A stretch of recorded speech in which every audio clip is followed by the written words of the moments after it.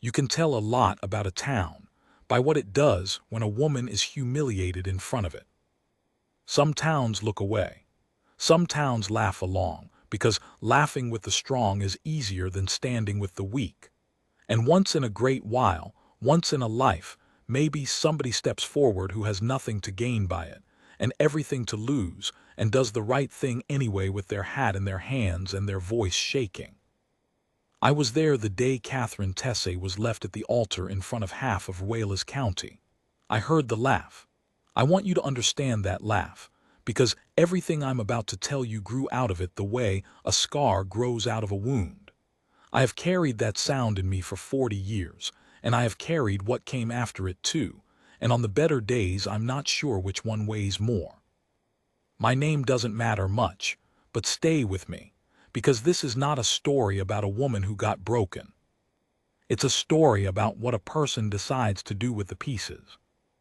The first thing I remember is the heat coming up off the church steps, and the way her hands wouldn't stay still.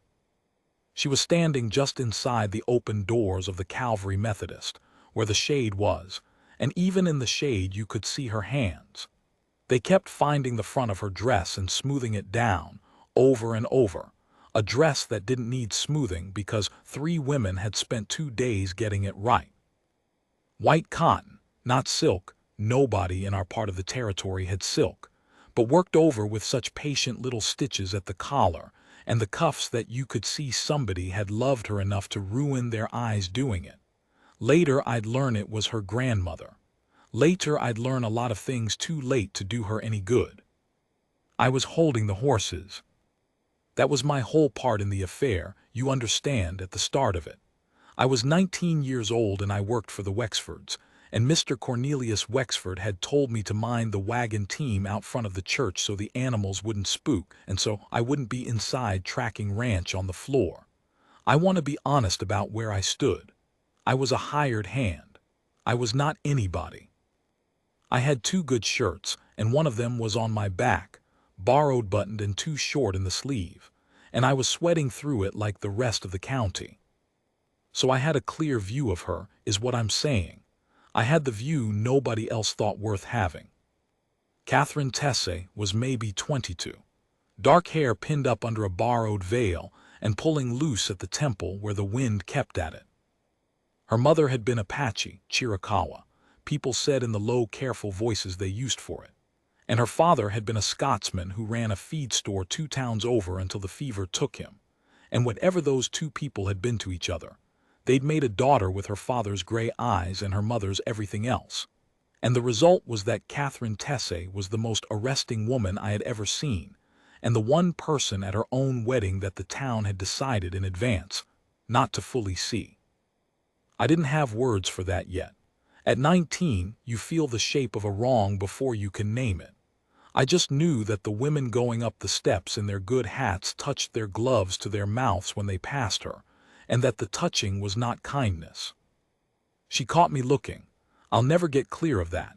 She caught me staring like a calf at a fence, and instead of looking away cold, she gave me, God help me, she gave me a little smile.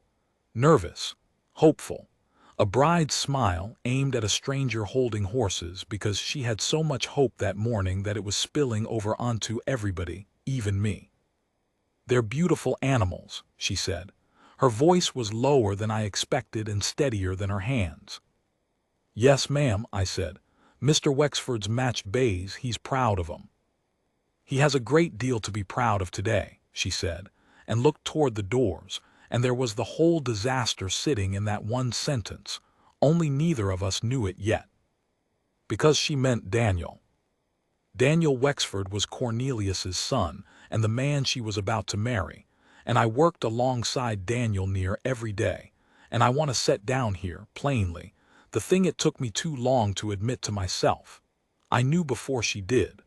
I knew the way you know weather is coming in the joints before the sky shows it. I knew Daniel Wexford did not love that woman and never had, and that he was not standing in that church for love or even for spite, but for a wager, and I had heard the wager made with my own ears in the bunkhouse not 3 weeks gone, and I had said nothing. That is the first heavy thing I have to carry in this telling, and I won't dress it up. I had heard it and I had been afraid, and fear in a hired man looks exactly like minding your own business. The wager was this.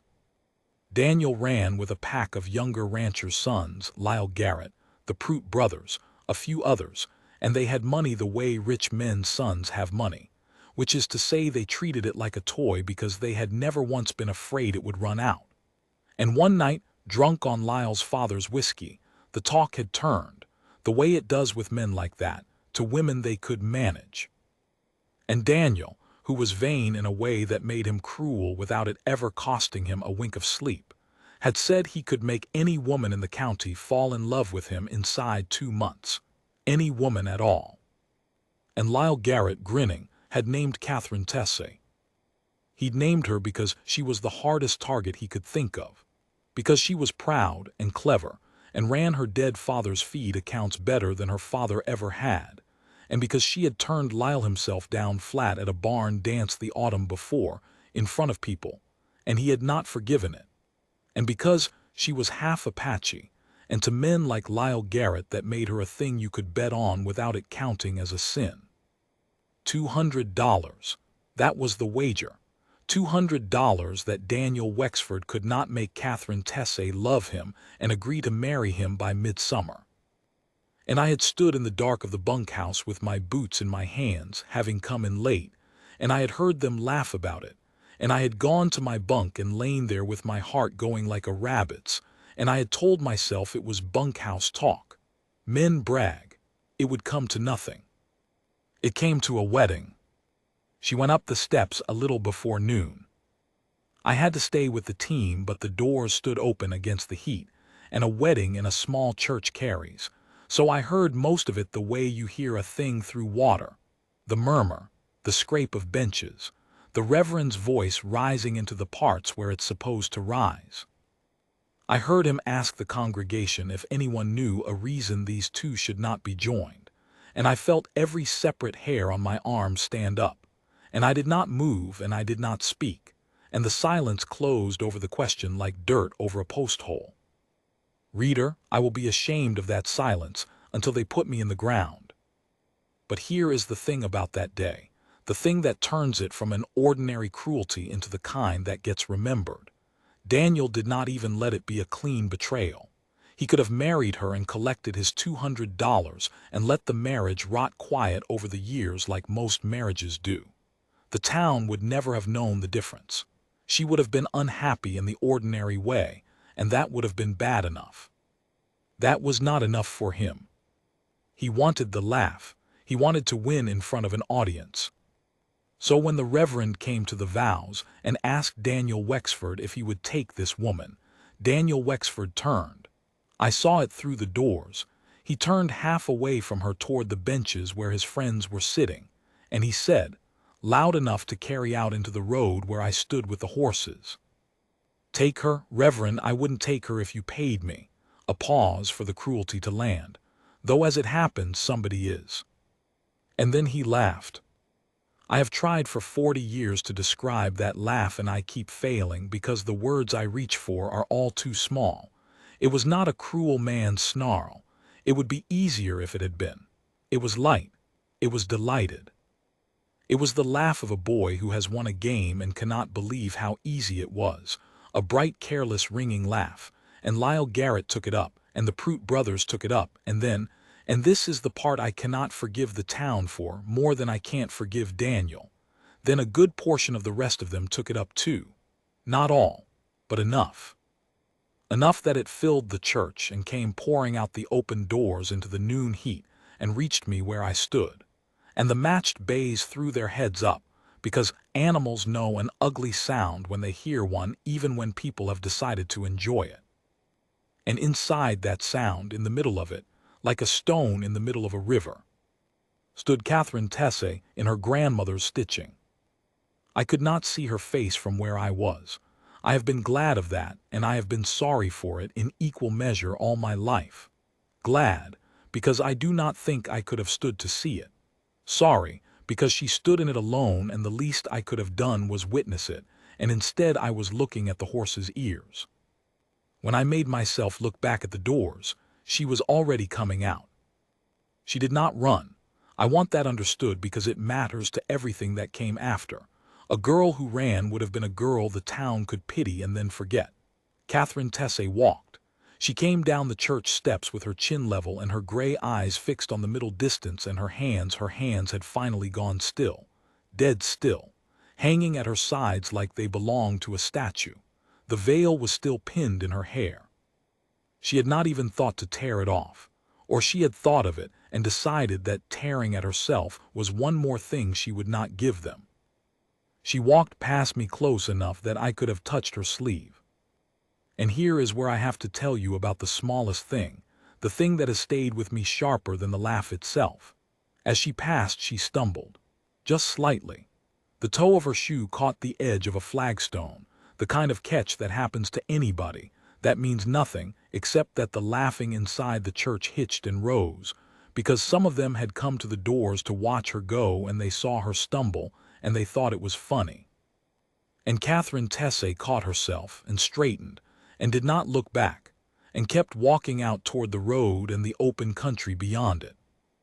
But in the half-second of the stumble, before she caught herself, her hand had shot out for something to hold. It found the side of the wagon. It found the rough wood of the Wexford's wedding wagon, decked out in white ribbon for a marriage that was never going to happen, and her fingers closed on it hard, white at the knuckle, just for that 1 second. I was standing right there. Her hand landed maybe a foot from mine on the wagon rail. And I did the only thing I have ever been proud of from that whole black day, which was almost nothing at all, which was the smallest thing a coward could do and still call himself a man. I didn't pull my hand away. I left it there, an inch from hers, and I looked at her, and for 1 second, one single second, in the middle of the worst thing that had ever happened to her, Tessay looked back at me. Not for help. She was past help, and we both knew it. She looked at me the way a drowning person looks at the one face on the shore that isn't laughing, just to know it's there, just to know they weren't entirely alone in the water. Then she let go of the wagon and walked on, out past the horses, out past the road, up the dry rise toward the open land, in her wedding dress in the full noon heat, with no one going after her. No one, the whole county standing on those church steps, and not one soul went after her. I want to tell you I followed her right then. I didn't. I stood frozen with the reins in my fist and the laughing dying down behind me into the kind of pleased murmur a crowd makes after a good show, and I watched the white of her dress get smaller against the brown of the hills, and I was so full of shame and rage and a fear I couldn't even find the bottom of that. I couldn't make my legs work. 19 years old. A hired hand. What was I going to do? Abandon my post, abandon the horses, chase down the boss's spurned bride in front of the boss himself? Daniel came out then with his friends around him, loosening his collar like a man stepping out of a hot kitchen, easy and laughing, and he saw me staring up the hill after her, and he clapped me on the shoulder. "Quite a morning, eh?" he said, like we'd shared a joke, like I was one of them. He pulled a folded bill from his vest. I never even saw whether it was Garrett who'd paid out. It had all moved so fast, and he was in such a fine mood that he peeled off $1 and pressed it into my dirty hand. "For the horses. You did fine. Take 'em home." $1. He gave me $1. I have spent my whole life unable to throw away one particular silver dollar, and unable to spend it, and unable to look at it without my stomach turning, and that is the one. I still have it. It's in the drawer of the desk I'm writing this on. I think I kept it as a kind of penance, a thing I have to keep touching so I never let myself forget what I let happen and what I almost let stand. Because here's the part I haven't told you yet. The part that I think is the truest part of the whole long story, truer than the laugh, truer than the wager. I took the $1. I took the $1, and I climbed up on the wagon, and I clicked to the matched bays, and I drove the wedding wagon with its white ribbons back out toward the Wexford ranch like a good hired hand, away from town, away from the church. In the same direction as the hills. In the same direction she'd gone. And about a mile out, where the road bent north and the country opened up, and there was nobody behind me anymore to see what I did. I stopped the team. I sat there a long time with the reins in my lap and the dollar in my pocket, and the sun coming straight down. A meadowlark was going somewhere off in the grass, that long liquid call they have, and it seemed obscene to me that anything in the world could be making a sound that pretty on a day like that. The horses stamped and swished. I could smell the white ribbon, which is a foolish thing to remember, but ribbon has a smell, a kind of starchy paper smell, and it was all over that wagon, and it has meant grief to me ever since. And I thought about my mother, who had raised me alone after my father drank himself into a wagon accident, and who had taken in laundry and washing for people who looked at her the way the church women had looked at Catherine on the steps, like she was a stain they were generously declining to mention. I thought about how my mother used to say there were two kinds of people in a hard country, the kind who threw rocks and the kind who took them. And she'd say it not bitter but just tired, just laying out the map of the world for me so I'd know where I stood on it. I had been raised by a woman who took rocks. I had stood at a wedding and watched a woman take more rocks than anybody should have to take in a lifetime, all in the space of one laugh. And I had taken $1 and driven away. I looked north, up the rise, where a white shape was just barely visible now, a long way off, moving slow. She was sitting down. She'd stopped walking and sat down in the grass in the middle of nowhere in her grandmother's wedding dress, the way you sit down when your legs finally tell you the truth that the rest of you's been refusing to hear. I want to tell you that what I did next was brave. It wasn't.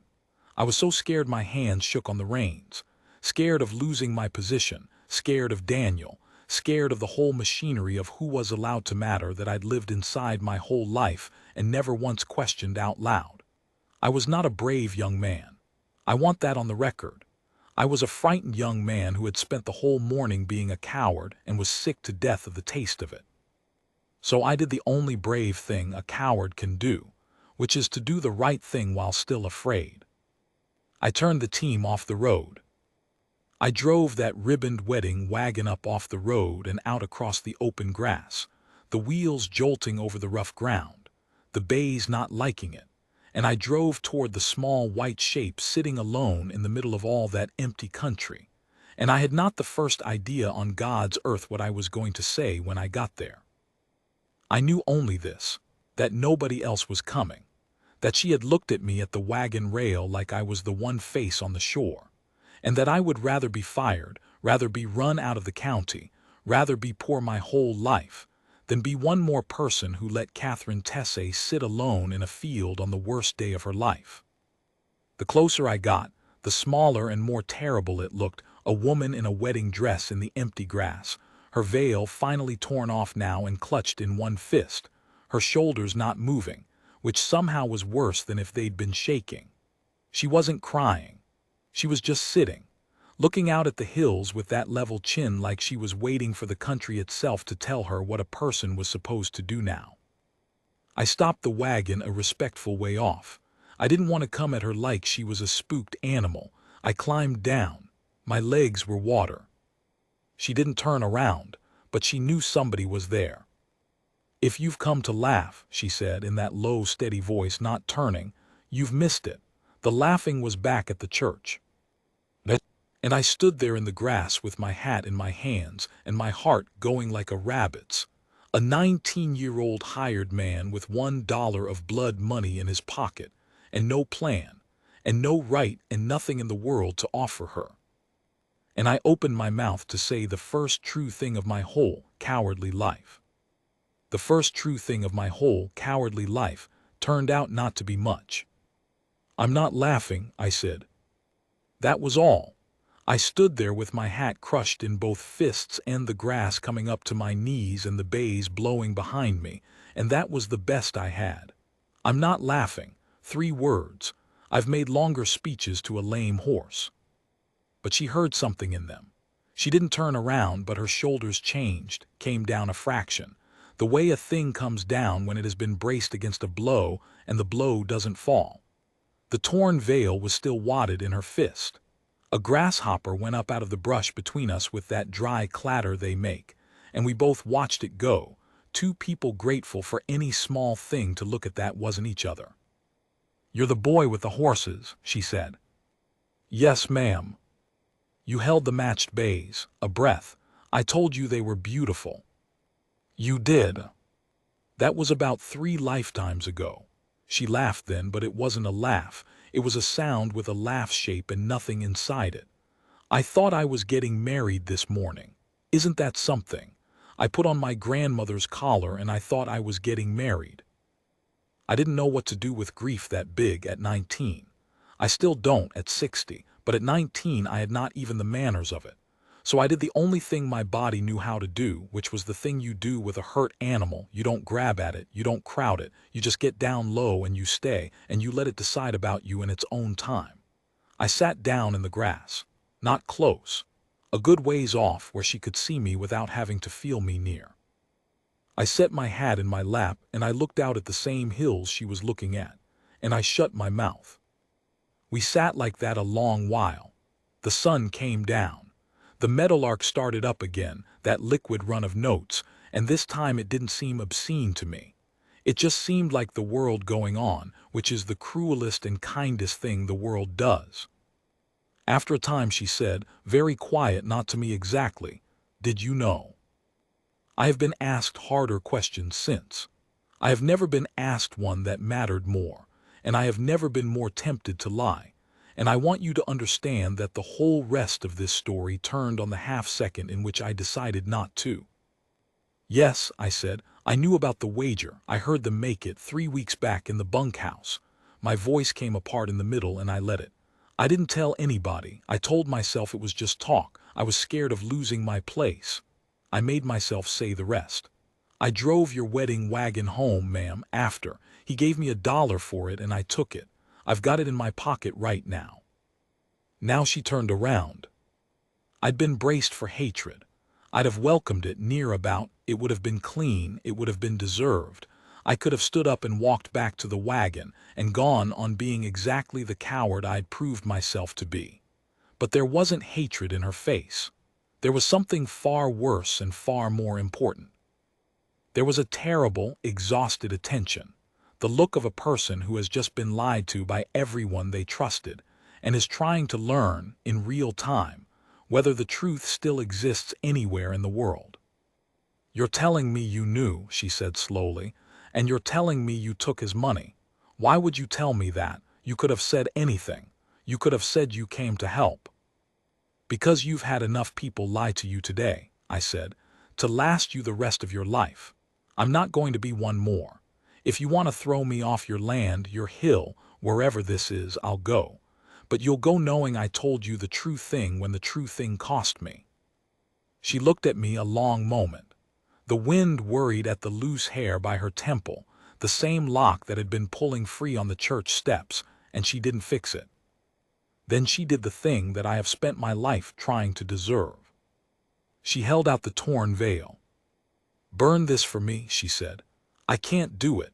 My hands won't.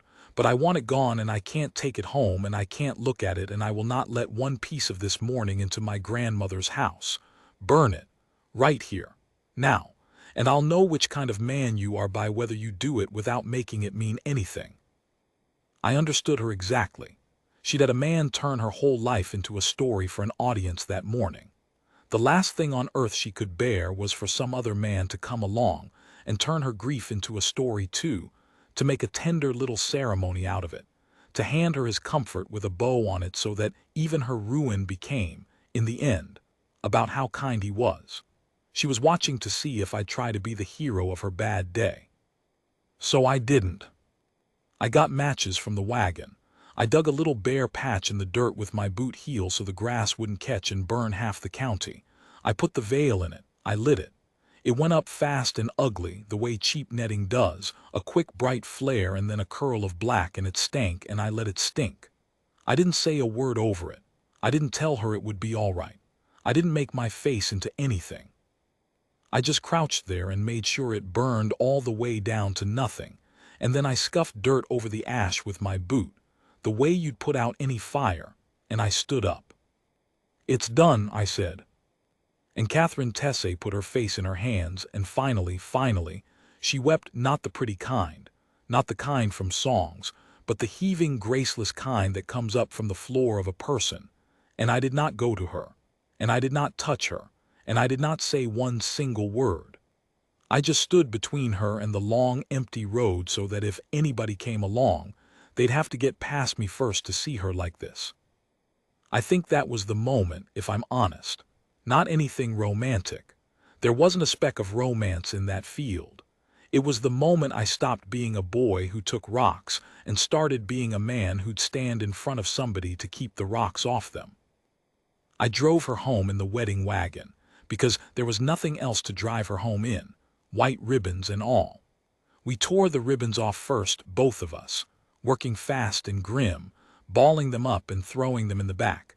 But you can't get every staple out of weathered wood in a hurry, so there were little white tags of it fluttering the whole way that we both pretended not to see. She lived with her grandmother.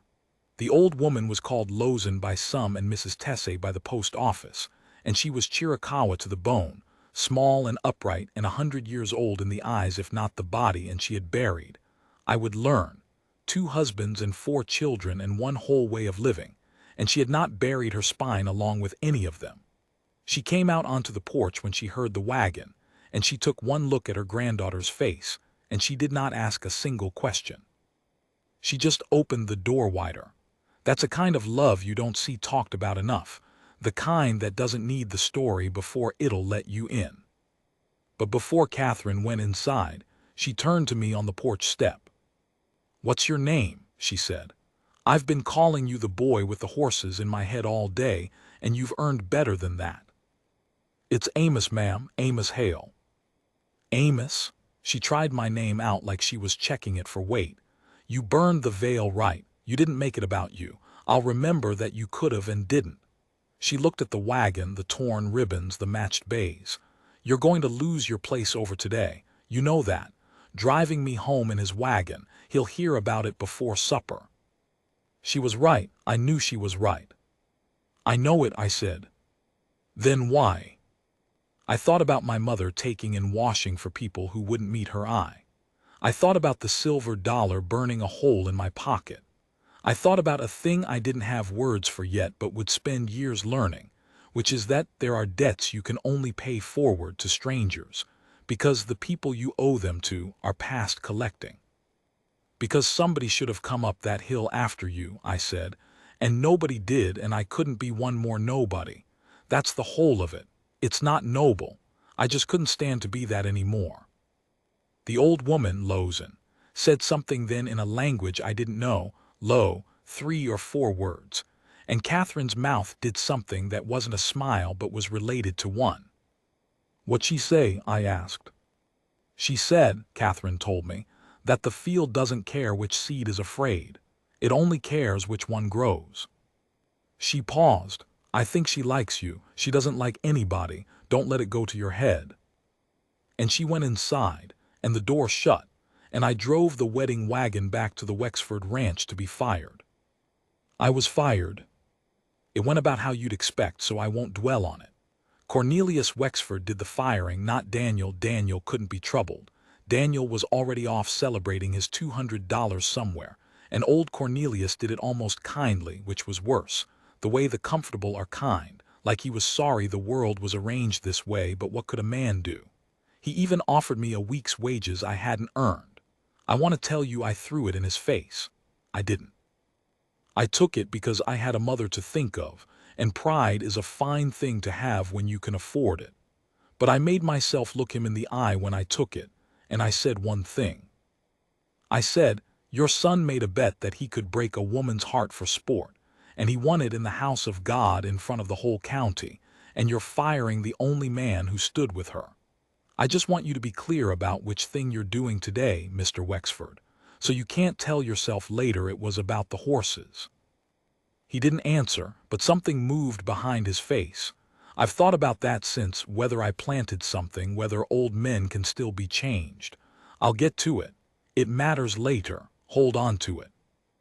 Then I rode out with my 1 extra week's pay and my bedroll and my mother's words in my head, and I had no place to work in a county where the Wexford's word was most of the work there was. Here is where I have to tell you about the winter, because the winter is the part of the story that nobody tells, and it's the part that made everything else mean what it means. It would be a fine tale if I told you Catherine and I fell into each other's arms and rode off, and the town got its comeuppance, and that was that. That's not what happened. What happened was a long, slow, unglamorous fight against being ground down, the kind of fight most real lives are mostly made of, and the wager was only the start of it, not the end. Because Daniel Wexford did not let it go. That's the thing about a man like that. Winning the bet was never the end for him. Humiliation isn't a goal, it's an appetite, and appetites come back.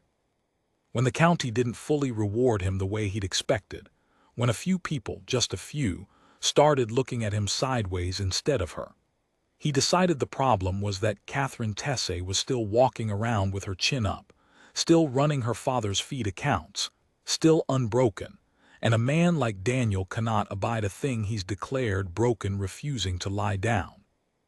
So he went after the accounts. The Tessay feed and grain business ran on credit, the way everything ran out there. You carried farmers through the planting and they paid you at harvest, and the whole thing was held together by trust and ledgers and 100 small handshake agreements. And Daniel, with his father's money and his father's name, started buying up the paper. Quietly. He bought the note on the building. He leaned on the 2 big suppliers out of the railhead to cut Catherine off and sell to him instead, at a loss to themselves that he made up under the table, just to choke her out. He couldn't stand that she'd survived the laugh, so he set out to take the one thing the laugh hadn't touched, her living, her father's life's work, the thing that let her keep her grandmother fed and her own chin up. He was going to make her come to him. That was the plan, I figured out later. Not to marry her, Lord, no. To make her come to him, broke and begging, so he could turn her away a second time and finally finish the job he'd started on the church steps. And by the deep of January it was nearly working. I'd hire on where I could. I did a stretch breaking horses for a freighter, a stretch on a fence crew, whatever I could get with the Wexford shadow on me. And I'd ride out to the Tessay place on my off days, and every time I came the ledger looked worse and Catherine looked thinner and the old woman coughed deeper, and the woodpile was lower than it should have been, and Catherine wouldn't say a word about any of it. She'd just feed me, what little they had like it was plenty, and ask about my horses. I want to be careful here because this is the part where a lying man would tell you we were falling in love. Maybe we were, I don't honestly know. There wasn't time for it and there wasn't room for it, and neither of us would have dishonored that hard winter by calling it courting. What there was something I trust more than love, because love is cheap to claim. There was the slow building of the only thing that grows in ground like that, which is trust. She let me split her wood. That's all. She let me, a man, come onto her place and split her wood and not make it mean she owed me anything. And I split it and not made it mean she owed me anything. And that exchange of nothing owed, repeated week after freezing week, was the realest thing I have ever built with another human being. But trust doesn't pay a note, and the note was coming due. The morally heavy thing, the choice you've been waiting for, the one I have to set down even though it doesn't make me look the way I'd like, came in February, and it was mine to make, and I made it wrong first. I found out, through a fellow on the fence crew who'd worked the Wexford books, exactly how Daniel was choking the accounts and exactly what the note was and exactly when it came due. And I found out something else, that there was a way to fight it, not a clean way. There was a man in the county, a freight agent named Dobie Fry, who hated the Wexfords for reasons of his own, an old land grievance, and who had the money and the spite to buy the Tessay note out from under Daniel and hold it cheap if somebody made it worth his while. But Dobie Fry was no angel either. The price of his help was that he wanted a piece of the feed business after, a partner's share, and he wanted Catherine to sign for it, desperate and grateful and not reading too close, the way you sign things when you're drowning. He'd save her from Daniel and then own a third of her for it, quiet forever. Out of one man's net and into another's. And here was my choice, the heavy one, the one I'm ashamed of the first half of. I knew about Dobie Fry's offer before Catherine did, and for the better part of a week, God forgive me, I thought about not telling her. I thought about steering her into it. Because Dobie Fry, you see, had also let it be known through the same fellow that if I brought him the deal, brought him Catherine's signature, he'd take me on.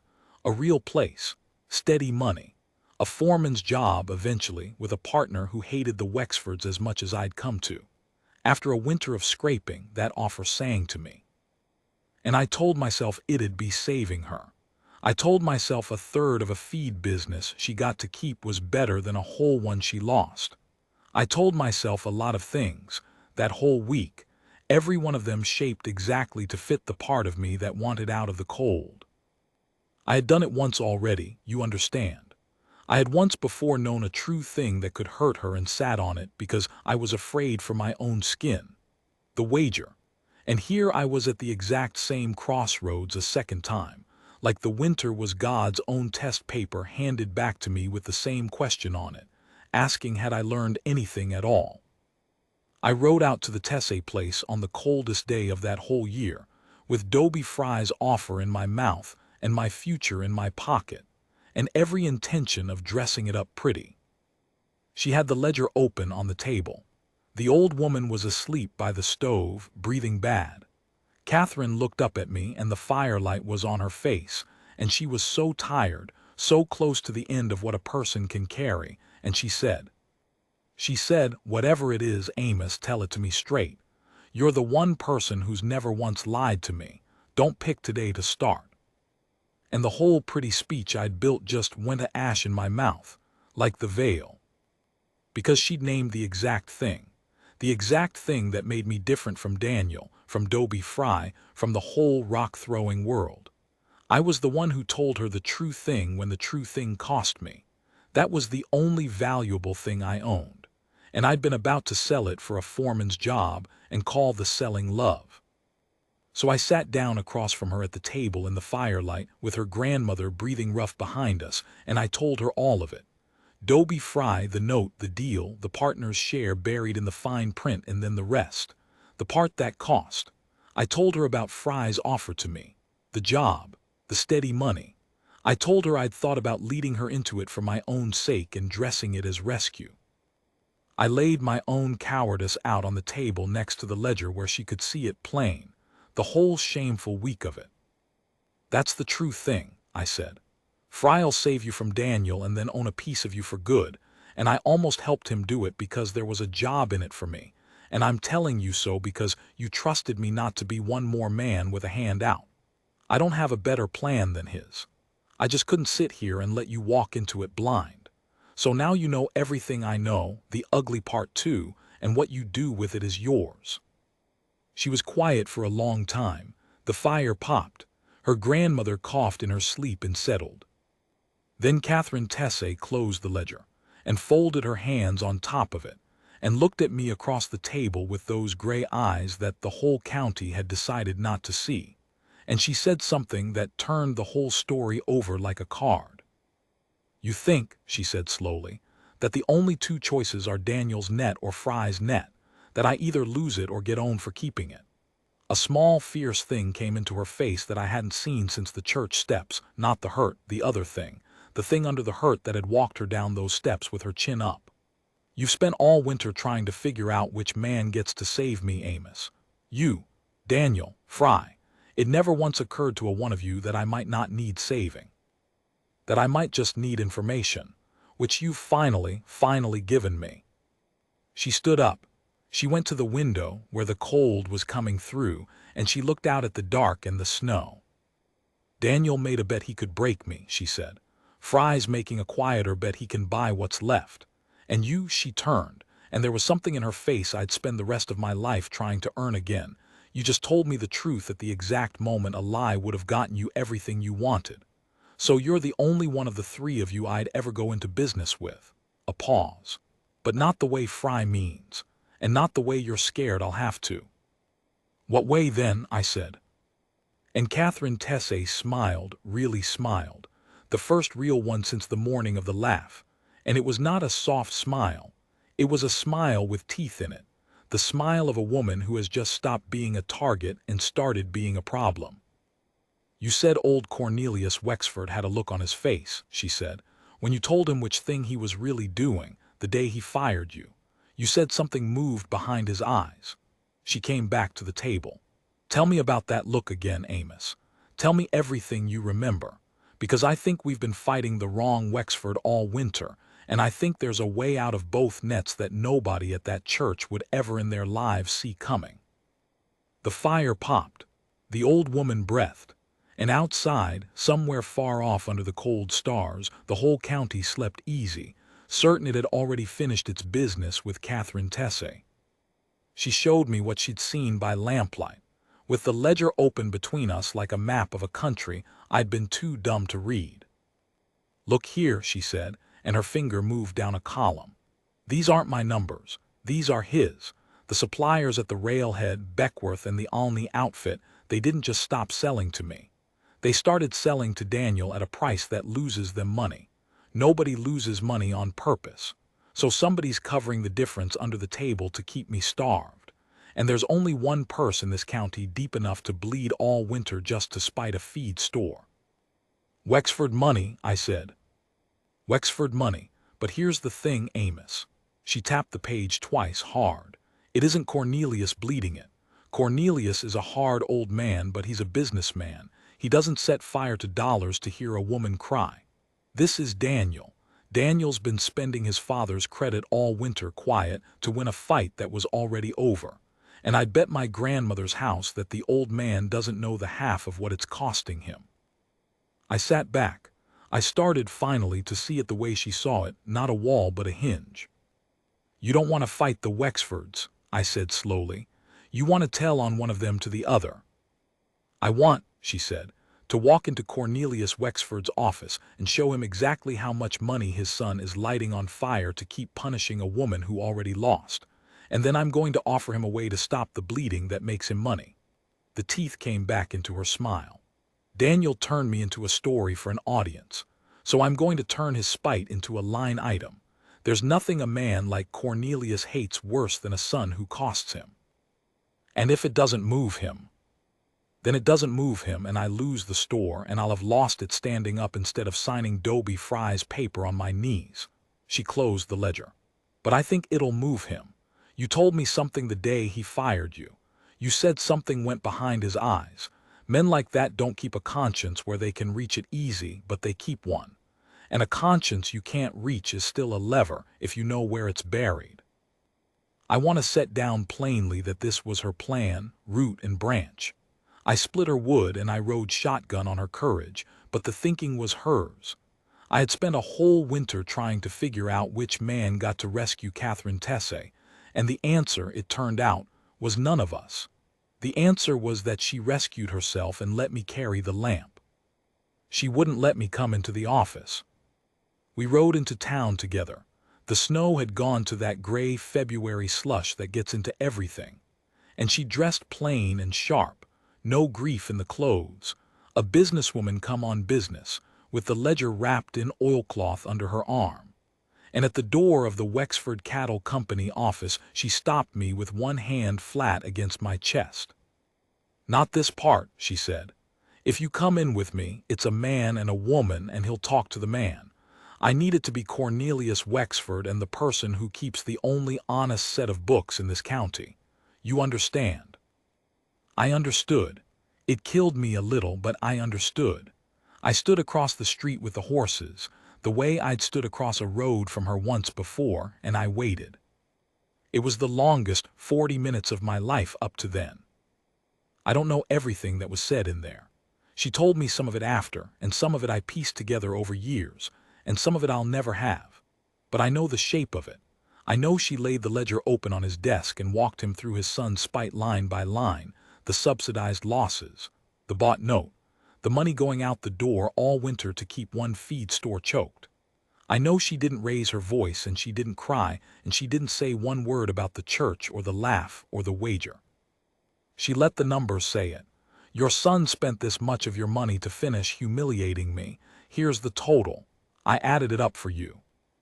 And then this is the part I marvel at still. She didn't ask him to do the right thing. She knew better than to ask a man like that for righteousness. Righteousness was something he could refuse and feel strong refusing.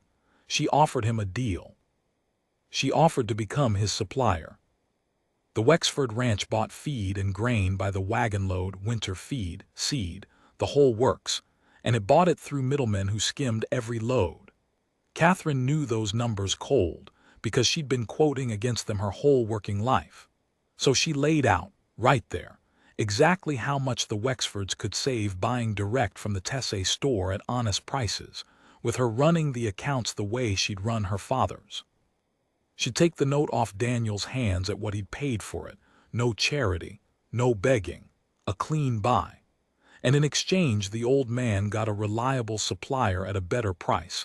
His son's idiot bleeding stopped, and his family name out of a story that was already starting to smell in the county. "You're telling me," Cornelius is supposed to have said, "to do business with the woman my son left at the altar." And Catherine, I'd give a great deal to have seen his face when she said it, Catherine said, "I'm telling you your son made an expensive mistake, Mr. Wexford, and I'm the only person offering you a way to stop paying for it. What you do about the altar is between you and your conscience. What you do about the ledger is between you and your bank." That was the lever, not his guilt. He could have outlasted his guilt. His purse, with just enough guilt underneath to make the purse feel like principle. She gave him a way to do the decent thing and call it good sense, which is the only way some men can be got to do a decent thing at all. He took the deal. He took it that afternoon, in writing, and he did it, I think, for the cold reasons and the warm reasons both, all tangled up the way reasons are in real men. And I have made my peace with not knowing the proportions.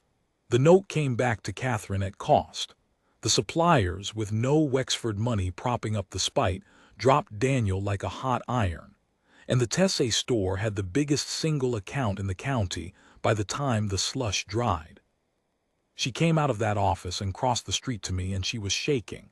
All the steadiness she'd held for 40 minutes came loose at once the second it was safe to, and she took the horse's reins from me to have something to hold, and she said, in a voice gone thin, "It's done, Amos, we did it." And then she heard her own word and laughed wet-eyed and corrected it. "I did it."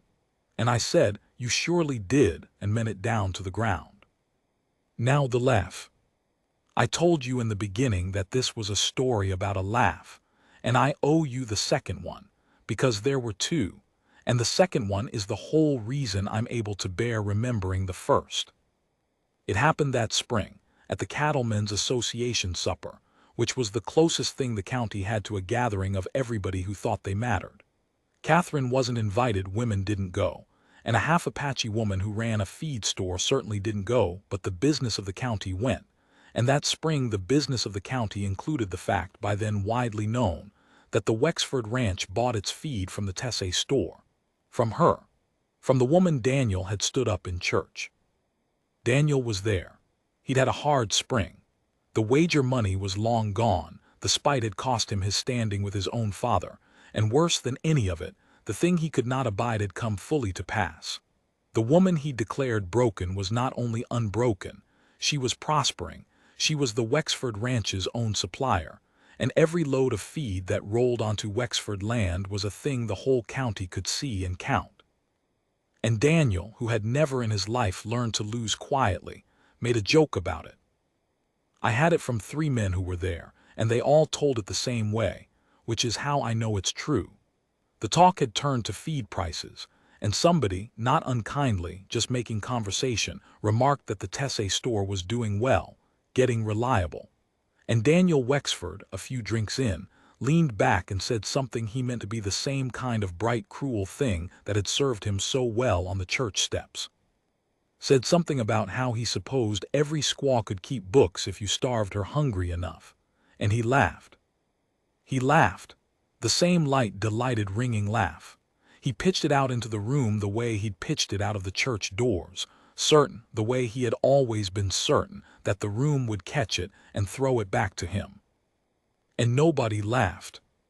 That's it, that's the whole reversal. There's no fist fight in it, no grand speech.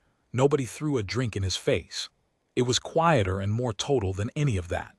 He told his cruel little joke into a room full of men who did business with that store now, men whose own ledgers had her honest numbers in them, men who'd watched a woman they'd helped laugh at get up off the church floor and outthink the richest family in the county, and the room just looked at him. Lyle Garrett, who'd named her in the wager to begin with, Lyle Garrett looked down at his plate.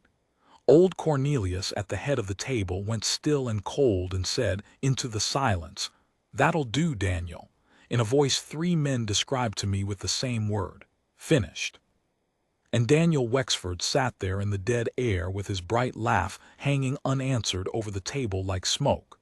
And he understood, maybe for the first time in his easy life, that the joke had landed on him. A man can survive being hated. Daniel could have worn hate like a medal. What he could not survive, what broke something in him that I don't believe ever set right, was being the only one laughing. The church had taught him that cruelty was a thing you did with a crowd. That supper taught him it was a thing you could be left alone with. He left the county within the year. I won't pretend I was sorry. But I'll tell you a strange thing, the kind of thing that's truer than a tidy ending. I never once heard Catherine gloat about it. Not once. When I told her what had happened at the supper, riding out to her place, full of it, expecting her to savor it, she just listened, and went quiet, and finally said, "It's a sad thing to be a man whose whole strength was other people agreeing to be cruel with him." He never had anything of his own at all, and she went back to her ledger. She'd already won, you see. She'd stopped keeping score the day she walked out of Cornelius's office on her own 2 feet.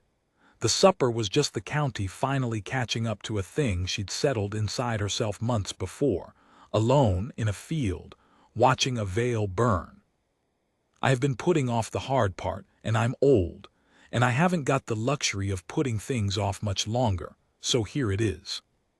Lozan died that summer.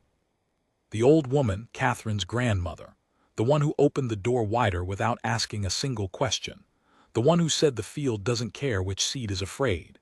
She'd been failing all through that brutal winter, the cough going deeper, and the truth is I think a piece of what gave Catherine her iron that spring was the knowing that the old woman didn't have long, and that the one thing Catherine could still give her was the sight of her granddaughter safe and standing before she went.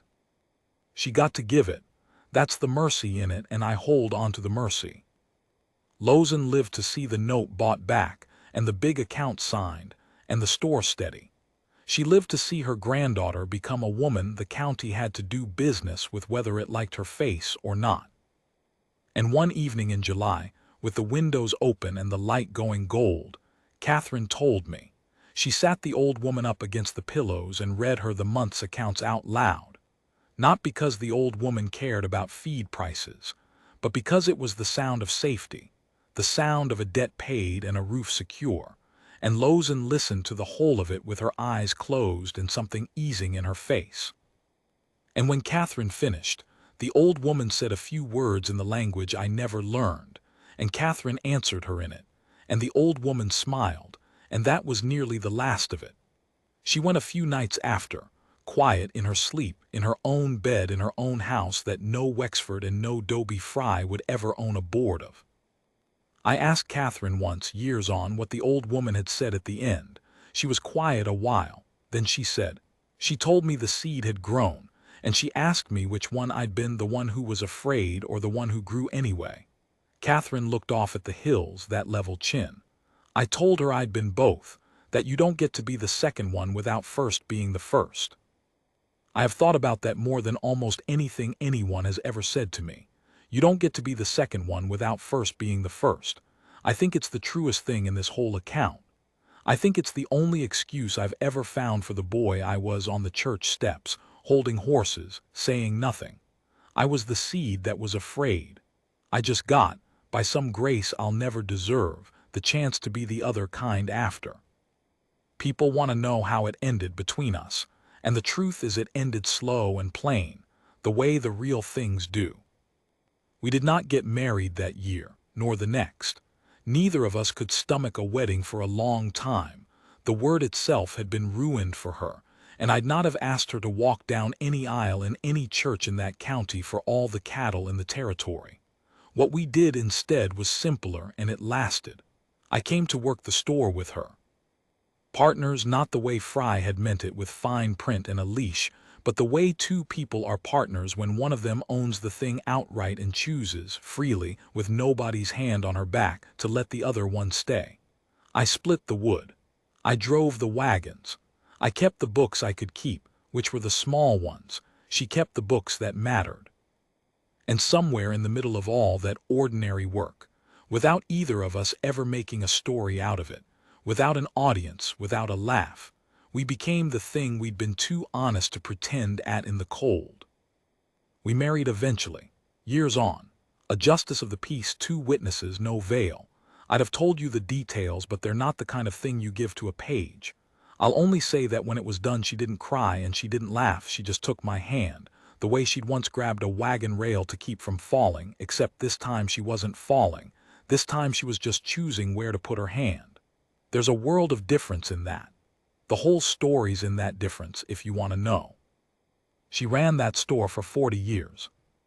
She trained 2 girls from the reservation to keep books the way she kept them, honest and merciless, and one of them runs it yet. The county that decided not to see her ended up unable to look anywhere else. That's not me being fond. That's the record. I never spent the dollar. You'll remember the dollar, the one Daniel pressed into my dirty hand on the church steps for driving his shame home in a ribboned wagon.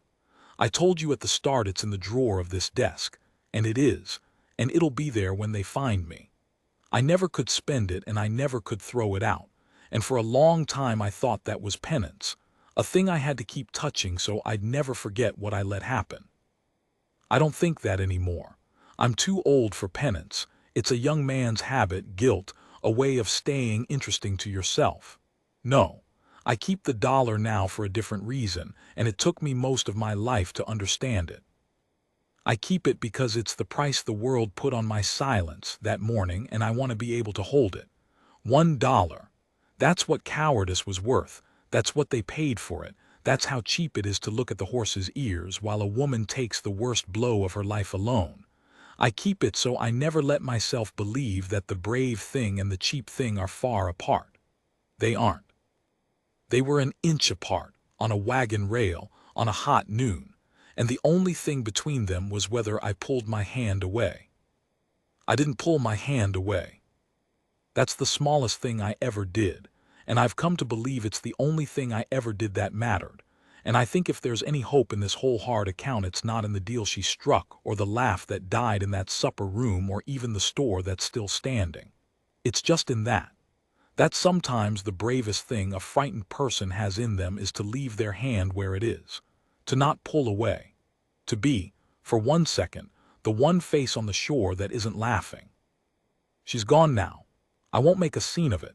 She'd hate that. She hated a scene worse than she hated Daniel Wexford, and that's saying something. I'll only tell you that near the end she had the same level chin she'd had on the church steps, and the same gray eyes the county spent so long declining to see, and that the last clear thing she said to me she said in her grandmother's language, which after 40 years I'd finally learned enough of to understand. I'm not going to tell you what it was. Some things you burn in a field with nobody watching, and you scuff the dirt over the ash, and you don't make them mean anything for an audience. She taught me that.